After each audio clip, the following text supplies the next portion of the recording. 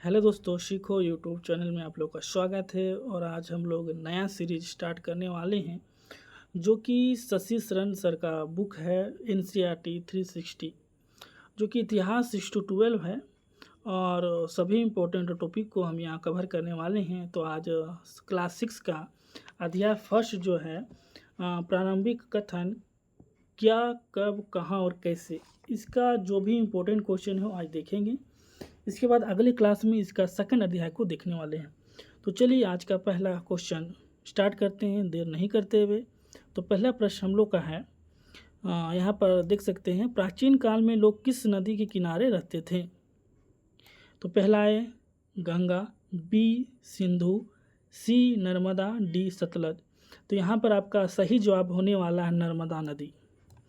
सबसे पहले लोग जो है प्राचीन काल में किस नदी किनारे रहते थे, तो नर्मदा नदी किनारे रहते थे, है ना। नेक्स्ट क्वेश्चन है,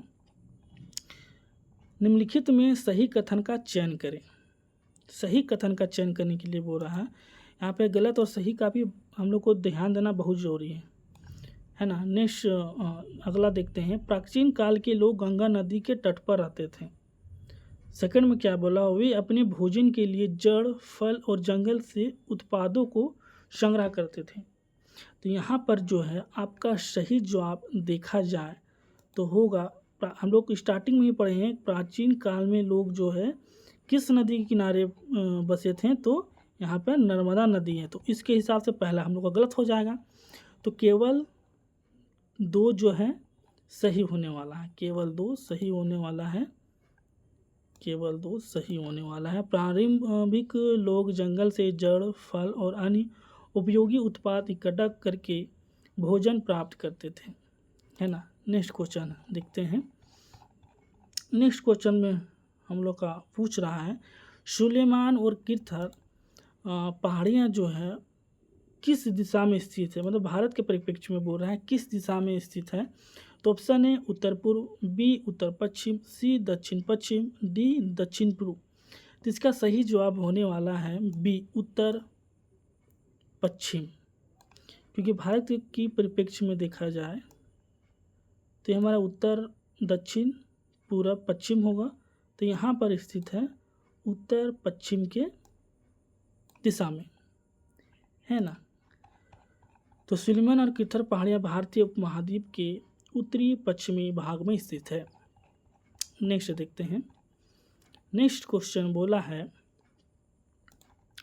इनमें से कौन सा कथन सही नहीं है। तो हम लोग को ध्यान देना होगा बार बार, क्या सही बोला है, क्या सही नहीं बोला है ना। तो देखते हैं, स्त्री और पुरुषों ने सबसे पहले चावल को उपजाया, ध्यान देना है, चावल को उपजाना प्रारंभ किया।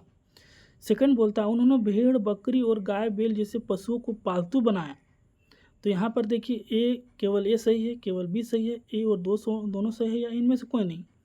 तो पहले हम लोग पढ़ चुके हैं, या आप लोग पढ़े होंगे कि प्रारंभिक समय में सबसे पहले गेहूं और जौ की खेती की गई। तो यहाँ पर पहला ही ऑप्शन गलत होगा, चावल तो होगा नहीं। हाँ, भेड़, बकरी, गाय, बैल पशुओं को पालतू बनाया जोड़ गया था। तो इसके हिसाब से केवल बी सही हो जाएगा हम लोग का, केवल बी सही हो जाएगा। तो नीचे देखिए, पाठ के अनुसार सबसे पहले गेहूं और जौ जैसे फसलों को उपजाया गया था, ना कि चावल को, है ना। नेक्स्ट देखते हैं, नंबर 5 पर है। यहाँ पर आप लोग को आंसर दिख गया, है ना। तो निम्न में से कृषि का विकास किस क्षेत्र में देखने को मिलता है। तो आंसर जैसा कि ऑप्शन ए बिंदी है, बी है गारो, सी खासी, डी पश्चिमी घाट। तो ऑप्शन हम लोग का ए सही होने वाला है। विंध्य क्षेत्र जो है कृषि के विकास के लिए सबसे पहले देखने को मिला। विंध्य क्षेत्र के उत्तर में स्थित कुछ क्षेत्रों में कृषि का विकास हुआ और वहां चावल की खेती की शुरुआत हुई। नेक्स्ट क्वेश्चन देखते हैं, नंबर 6। यहाँ पे कूट वाला क्वेश्चन है, नदी का मिलान करना है। तो देखिए, नदियों और उसकी सहायक नदियाँ। तो गंगा का सहायक नदी कौन सा हो जाएगा, यहाँ पे मिलाना है। तो गंगा की बात की जाए तो गंगा का सहायक नदी जो है वो हम लोग का होने वाला है सोन नदी, है ना, सोन नदी। सिंधु का होने वाला है सहायक नदी, कौन सा है, तो सिंधु का चिनाब। कृष्णा का यहाँ होने वाला है मूसी नदी, और यमुना का जो सहायक होने वाला है वो चंबल नदी। इसके हिसाब से आंसर देखा जाए तो ऑप्शन हम लोग का यहाँ पर देखने को मिल रहा है, को थोड़ा साइड करते हैं, गंगा। तो ए का हो जाएगा बी, ए का बी कहाँ है, यहाँ है और यहाँ है। उसके बाद सिंधु का होगा चिनाब, तो बी के बाद यहाँ जस्ट डी है, तो हम लोग का आंसर ये होने वाला है ना। उसके बाद ए कृष्णा का मूसी, यमुना का चंबल, तो हम लोग का आंसर बी होने वाला है। नेक्स्ट देखते हैं, देखिए गंगा का सोन, सिंधु का चिनाब और कृष्णा का मूसी और यमुना का चंबल। नेक्स्ट है 7वां नंबर हम लोग का कि निम्नलिखित में कौन सी पहाड़ी उत्तर पूर्व में स्थित है। उत्तर पूर्व में स्थित है तो ऑप्शन ए होगा विंध्य पहाड़ी, ऑप्शन बी खासी, ऑप्शन बी गारो, ऑप्शन डी सतपुड़ा। तो यहाँ पर आपका सही आंसर जो निकल के आने वाला वो है गारो पहाड़ी। गारो पहाड़ियाँ भारत के उत्तरी पूर्वी क्षेत्र में स्थित है, उत्तरी पूर्वी क्षेत्र में स्थित है, तो नंबर सी करेक्ट आंसर हो जाएगा। नेक्स्ट देखते हैं, नेक्स्ट में है हम लोग का क्वेश्चन पूछ रहा है कि गंगा के दक्षिण में इन नदियों के आसपास का क्षेत्र प्राचीन काल में किस नाम से जाना जाता था। प्राचीन जो काल में किस नाम से जाना जाता था, तो सही आंसर होगा मगध, है ना। गंगा के दक्षिण में आसपास के क्षेत्रों जितना भी है वो मगध में ही, क्योंकि अभी भी देखा जाए तो पटना के आसपास में गंगा नदी का क्षेत्र आता है ना। देखिए यहाँ वर्तमान बिहार के आसपास प्राचीन काल में मगध के नाम से जाना जाता है। नेक्स्ट देखते हैं, प्रश्न 9, निम्नलिखित में कौन उपमहाद्वीप की प्राकृतिक सीमा नहीं बनता है। प्राकृतिक सीमा नहीं बनता है तो पहाड़, पर्वत, समुद्र, बांध। सही उत्तर होगा डी। तो पहाड़ियाँ, पर्वत, समुद्र उपमहाद्वीप की प्राकृतिक सीमाएं जो है नहीं बनाता, लेकिन बांध की प्राकृतिक सीमा नहीं है ना। सभी जो है प्राकृतिक सीमा है, पहाड़ है, पर्वत है, समुद्र है, लेकिन जो बांध है वो प्राकृतिक नहीं है, वो लोगों के द्वारा बनाया जाता है ना। नेक्स्ट देखते हैं, नंबर 10। नंबर 10 में क्या बोलता है, निम्न में से कौन सा देश दक्षिण एशिया महाद्वीप का एक देश नहीं है। दक्षिण एशिया उपमहादेश का एक देश नहीं है, तो यहाँ पर आपका सी ऑप्शन सही हो जाएगा, चीन। चीन नहीं है। नेक्स्ट देखते हैं, यहाँ पर बोला हुआ है पाकिस्तान, श्रीलंका और बांग्लादेश दक्षिण एशिया के देश हैं, जबकि चीन दक्षिण एशिया उपमहाद्वीप का देश नहीं है। वो देखा जाए तो उत्तर एशिया का क्षेत्र आता है। नेक्स्ट देखते हैं, क्वेश्चन 11 है, निम्नलिखित में से सही कथन का चयन करना है। सही कथन का चयन करने बोल रहा है, तो पहाड़ियाँ, पर्वत और समुद्र इस महाद्वीप की प्राकृतिक सीमा का निर्माण करते हैं। सही कथन पूछा। पहाड़, पर्वत और समुद्र जो है उपमहाद्वीप की प्राकृतिक सीमा का निर्माण करते, ऊपर में देखें सही है। समुद्र, पहाड़ियाँ और पर्वत से घिरे होने के कारण इसे उपमहाद्वीप कहा जाता है, ठीक है। प्राचीन काल के लोग पत्थर को तराशने, संगीत रचने और भोजन बनाने के तरीकों के बारे में एक दूसरे के विचार अपनाते थे। गंगा के दक्षिण में नदियों के आसपास का क्षेत्र प्राचीन काल में मगध कहलाता था। तो यहाँ पे ऑप्शन जो हम लोग का है 2 और 3 सही होने वाला है। 2 और 3 सही होने वाला है ना। यहाँ पर सही जो इसका आंसर होने वाला दोस्तों ऑप्शन बी होगा, और ऑप्शन बी में यहाँ पर जो है 1 छूट गया है, तो यहाँ इसको 1 कर देना है। तो हम लोग का ऊपर में जो है ऑप्शन ए, बी और 3, 1, 2, 3 तीनों सही है, चौथा गलत है। नेक्स्ट देखते हैं, इंडिया शब्द किस शब्द से निकला है। इंडिया शब्द किस शब्द से निकला है, तो एटलस, भारत, इंडेस, इंड तो इंडस भी होगा और इंडिया, मतलब इंड से इंडिया निकला है, ठीक है। नेक्स्ट भी क्वेश्चन देखते हैं। देखिए, इंडिया शब्द इंडस से निकला है जिसे संस्कृत में सिंधु कहा जाता है। नेक्स्ट देखते हैं 13 नंबर क्वेश्चन। निम्नलिखित में असत्य कथन को चुनिए, मतलब गलत जो भी है उसे चुनना है ना। तो इंडिया शब्द इंडस से निकला है, ठीक है। भारत नाम का प्रयोग उत्तर पश्चिम में रहने वाले लोगों के एक समूह के लिए किया जाता है। 3 है, पांडुलिपियां प्रायः ताड़पत्र अथवा हिमालय क्षेत्र में उगने वाले भोज पेड़ की छाल से तैयार भोजपत्र पर लिखी मिलती है। चौथा है, ईरानियों और यूनानियों ने सिंधु नदी के पूर्व में स्थित भूमि को भारत कहा था। तो देखिए आप लोग, इसका सही जवाब क्या है। तो इसका सही जवाब होने वाला है केवल 4, है ना। ईरानियों और यूनानियों ने सिंधु नदी के पूर्व में स्थित भूमि के लिए इंडिया नाम का प्रयोग किया है ना। नंबर 14 हम लोग का। तो देखते हैं यहाँ पर होने वाला है, ठीक है। नेक्स्ट है नंबर 14। नेक्स्ट देखते हैं नंबर 14 क्वेश्चन। पांडुलिपियां निम्न में से किस पेड़ की छाल से बनाई जाती है।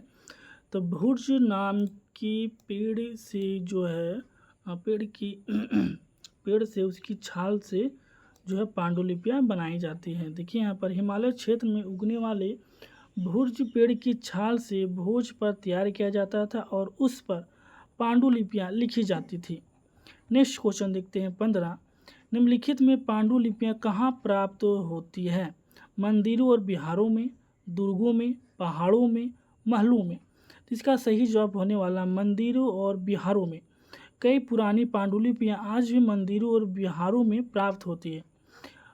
वीडियो अच्छा लगे लाइक कर दें, जो नए हैं सब्सक्राइब कर दें और अपने दोस्तों के पास भी शेयर कर दें, क्योंकि बिहार में टीआरई होने वाला है, झारखंड में जेटेट और यूपी में टेट, बहुत सारे स्टेट में जो अपना टेट हो रहा है और अन्य प्रतियोगिता परीक्षा हो रही है, तो सभी के लिए उपयोगी है। इसलिए जो दोस्त अपने दोस्तों की सहायता करना चाहते हैं वो उन्हें भेज दें। नेक्स्ट क्वेश्चन देखते हैं नंबर 16। निम्नलिखित में असत्य कथन को पहचानें, असत्य को छांटना है। तो पहला है, पांडुलिपियों में धार्मिक मान्यताओं व व्यवहारों, राजाओं के जीवन, औषधि तथा सभी प्रकार के विषयों की जानकारी मिलती है। दूसरा है, पांडुलिपियां मंदिरों और विहारों से प्राप्त होती हैं। तीसरा, प्राकृतिक भाषा का प्रयोग उच्च वर्ग के लोग करते थे। तो इसमें आपका कौन सा सही होने वाला ऑप्शन बताएं। तो इसमें आपका ऑप्शन केवल बी सही होने वाला है। बी में आपका आता है तीसरा, प्राकृत भाषा का प्रयोग उच्च वर्ग के लोग ही करते थे, है ना। नेक्स्ट देखते हैं, यहाँ पर देखें, प्राकृत भाषा का प्रयोग आम लोगों द्वारा किया जाता था, इसलिए कथन असत्य है ना। बाकी ऊपर के जितने भी 1 और 2 सही है, यह बस गलत है, लेकिन आंसर के हिसाब से यह सही है, ठीक है। नेक्स्ट क्वेश्चन देखते हैं 17 नंबर क्वेश्चन है, अतीत में बनी वस्तुओं का अध्ययन करने वाले व्यक्ति को क्या कहा जाता है। तो इसका सही जवाब होगा ऑप्शन बी, पुरातत्वविद, है ना। अतीत में बनी और प्रयोग में लाई गई वस्तुओं का अध्ययन करने वाले व्यक्ति को पुरातत्वविद कहा जाता है। नेक्स्ट देखते हैं नंबर 18। नंबर 18 क्या बोल रहा है, यह शिलालेख लगभग 2250 वर्ष पहले का है और अफगानिस्तान के कंधार में पाया गया था। इसे किस शासक के आदेश पर बनवाया गया है। तो कंधार बोला है, मतलब रिलेट किससे होगा, अशोक का शिलालेख से। ऑप्शन बी सही होगा यहाँ पर। कंधार एक प्राचीन अभिलेख अशोक नामक मौर्य शासक के आदेश पर उत्कीर्ण करवाया गया था। नेक्स्ट क्वेश्चन देखते हैं 19 नंबर।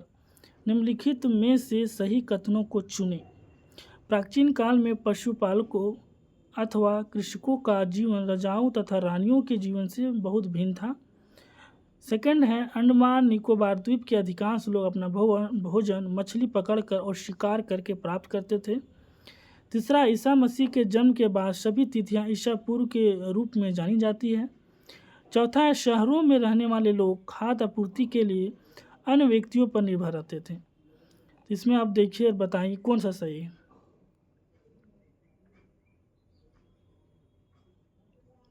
इसमें आपका ऑप्शन सही होने वाला है सी, पहला, दूसरा और चौथा।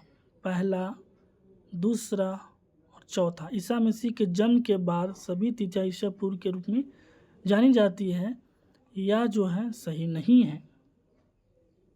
ठीक ना। नेक्स्ट देखते हैं, ईस्वी में जानी जाती है, कोमन एरा में जानी जाती है। 20 नंबर देखते हैं, निम्न में से ईसाई धर्म के प्रवर्तक कौन हैं? तो कौन है? ईसा मसीह हैं। ईसा धर्म के प्रवर्तक ईसा मसीह माने जाते हैं। और आज का लास्ट क्वेश्चन है 21 का, निम्न में से वर्ष की गणना किसकी जन्म तिथि से की जाती है? तो ईसा मसीह के जन्म की तिथि से की जाती है, common era, before common era, है ना। जो नए हो चैनल को सब्सक्राइब कर लें, और अच्छा लगे तो लाइक करें और अपने दोस्तों के पास भी शेयर करें। और मैं इसका अगला टॉपिक लेकर आऊँगा अध्याय 2 क्लास 6।